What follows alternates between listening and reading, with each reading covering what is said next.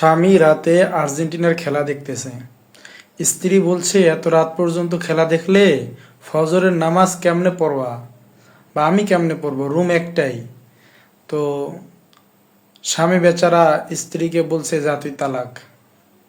দেখেন কত বড় জালেম একটা দুনিয়াদার। ইহুদিদের খেলা, ইহুদিদের সাপোর্ট হয়ে তার স্ত্রী, হালাল স্ত্রীকে তালাক দিয়ে দিচ্ছে।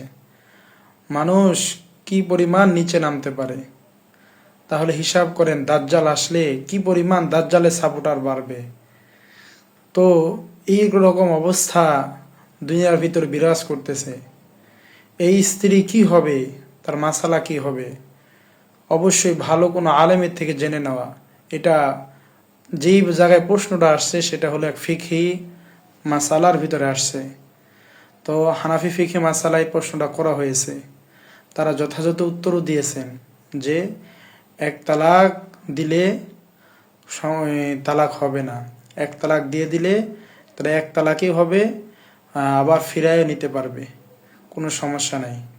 তো তারা সুন্দরভাবে এটা বুঝাইয়ে দিয়েছেন। তো যে সমস্ত স্বামীরা বা স্ত্রীরা দুনিয়ার খেলার পাগল, খেলার ভিতরে পড়ে আছেন, আর্জেন্টিনা ব্রাজিলের পিছনে পড়ে আছেন, স্বামী স্ত্রীর সংসার এগুলো নষ্ট করেন না। খেলা একদিন আছে আরেকদিন নাই, চলে যাবে, কিন্তু স্বামী স্ত্রীর সম্পর্ক মৃত্যু পর্যন্ত। আল্লাহ পাক খুশি হন যখন স্বামী স্ত্রীর ভিতরে মিল থাকে।